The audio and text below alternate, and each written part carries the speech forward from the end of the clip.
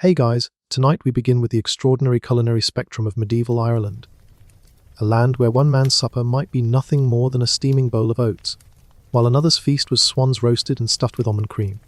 Food was not simply nourishment in this world. It was hierarchy, ritual, and sometimes even survival. So before you settle in, take a moment to relax, breathe deeply, and let this story carry you into a different time. For the majority of people, the backbone of the diet was oats, oatmeal boiled into porridge, sometimes stretched with milk or flavored with wild herbs. This was the food of peasants and monks alike. And yet, simple though it sounds, porridge could take many forms. It might be thick enough to slice, or thin and soupy, served warm on a winter morning or left to cool into a jelly like cake. To this day, echoes of that humble medieval dish live on in modern Irish porridge. Alongside oats came barley and rye, grains that could withstand the damp climate. Bread was often coarse, heavy, and dark. Wheat, though known, was too precious for most tables, reserved for monasteries or noble households. If a farmer ever tasted white bread, it was usually at a festival or gifted by the local lord. Bread, in many ways, was a visible reminder of one's place in the social order. Vegetables grew in kitchen plots: leeks, onions, parsnips, and cabbage. Turnips provided hearty fare, while beans and peas could be dried for storage. Herbs such as dill, parsley, and garlic lent flavour, but the concept of seasoning in Ireland leaned more toward preservation than luxury.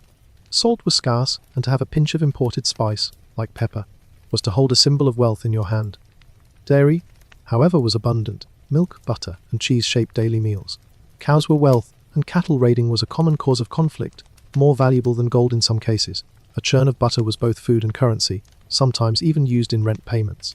Thick yellow butter, salty and rich, was eaten with bread or melted over vegetables. Buttermilk, left behind from churning, was drunk by peasants as a refreshing, if sour, staple. Meat was rarer for ordinary folk, though not absent. Pigs roamed the woods, foraging on acorns, and their salted flesh could last through winter.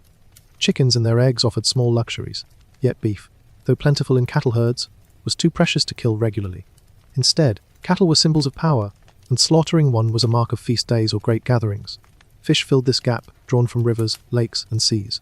Eels were particularly prized, slippery and rich in protein. Salmon, trout, and herring appeared depending on the region.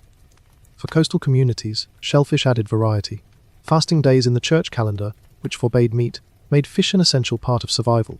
At the very top of society, nobles dined on luxuries unimaginable to peasants. Roast goose, venison, and wild boar appeared at their tables. Swans, peacocks, and even cranes could be served. Their feathers used to redress the bird for presentation, as if the animal had landed fully formed upon the table. Almond cream imported wine, and honey transformed these dishes into spectacles. Banquets were not only about taste but theatre, designed to our guests with abundance. Drinks varied just as much as food.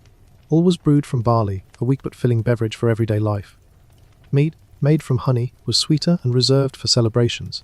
Wine was rare and imported, mostly for the clergy or wealthy.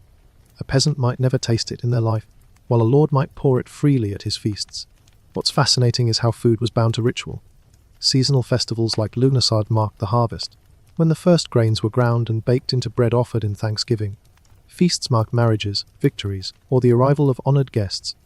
At these tables, hierarchy determined not just what you ate, but where you sat. To dine close to the Lord was privilege. To serve at the farthest end of the hall was to be reminded of your rank. Food scarcity was never far away. Famine haunted Ireland, with poor harvests leading to hunger. The reliance on oats and dairy made people vulnerable to weather shifts. A wet season could ruin crops, and cattle disease could devastate herds.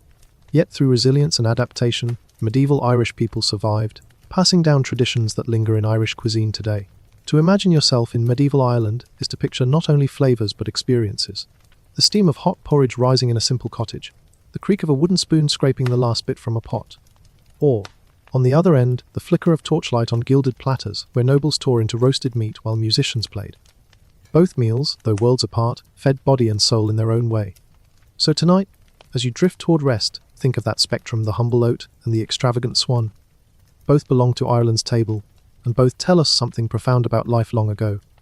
Thanks for listening, and as always, sleep well, my friends.